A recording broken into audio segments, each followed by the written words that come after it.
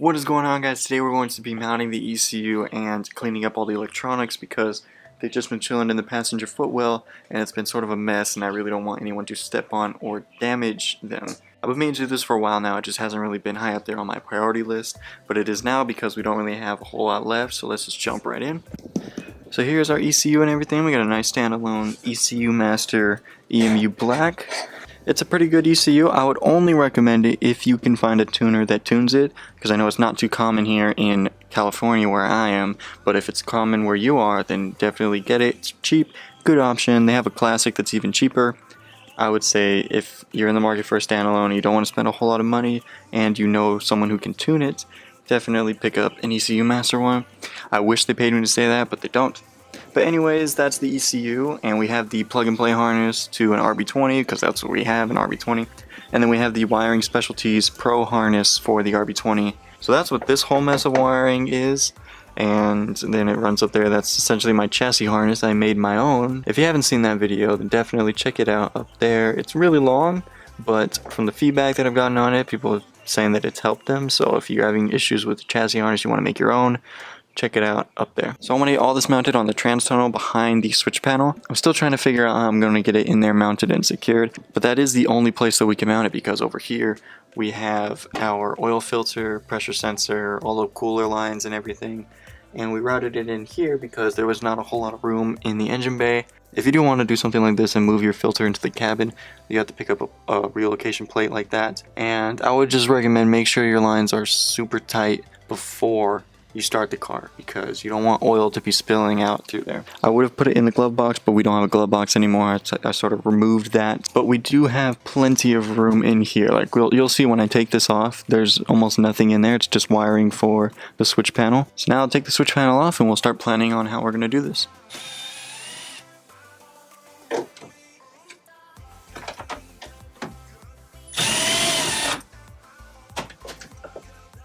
So the idea is to get the ECU mounted right there, and this ECU has this mounting hole right there.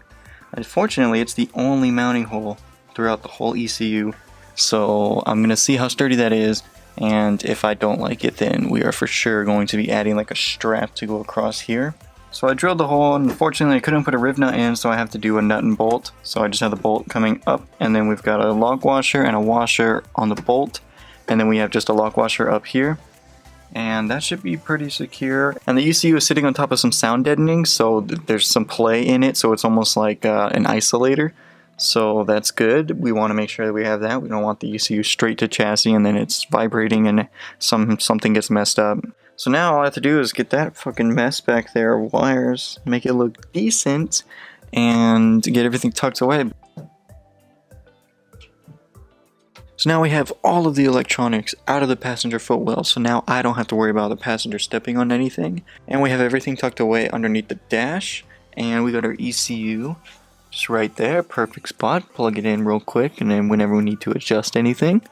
So I was putting this off for a few reasons. I thought it was going to be way harder than this, but luckily it wasn't, so it didn't actually take that long. And I had other stuff to do, you know, I had to get the wastegate, the hood, all that stuff figured out. So that's essentially it. I'm going to clean up in here, and then I'll show you guys the last things that we need to do before this car is officially ready to take to the dirt. So let's just get rid of this mess real quick. That really is a huge difference. Like, it looks like how a car should. Like, you shouldn't have electronics in the passenger footwell, or the driver footwell, really. You don't want your feet getting tangled up and stuff. So all I have to do left now is the intake. What I want to do is get a 4-inch 90, have it 90 over, and then I want to make like a little air box out of aluminum, have the filter in there, and then right here, use that hole as the intake, and I might even make it a bigger hole. Another option is this hole here. We can utilize that in some way.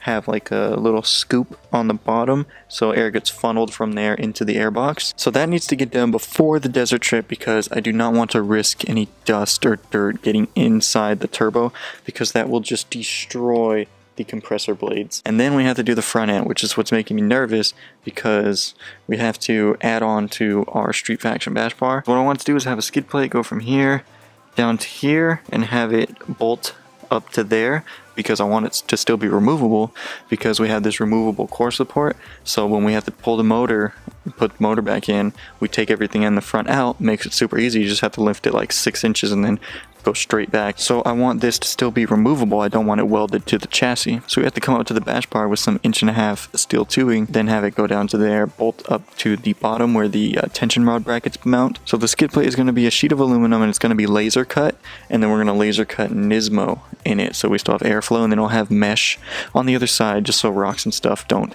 go through and puncture my radiator, my oil cooler, or intercooler. And then I'm going to try and get some help on getting the actual like structure for the skid plate and the tabs and everything. And then what I want to do is find a bumper, and then I want to cut it flush with here, and then cut out this section here so we still have airflow to the intercooler. And then once those are done, the car's ready to take to the dirt and we can have some fun. So that was basically it. We got the ECU moved and we got all the electronics out of the footwell, and that was the goal for today.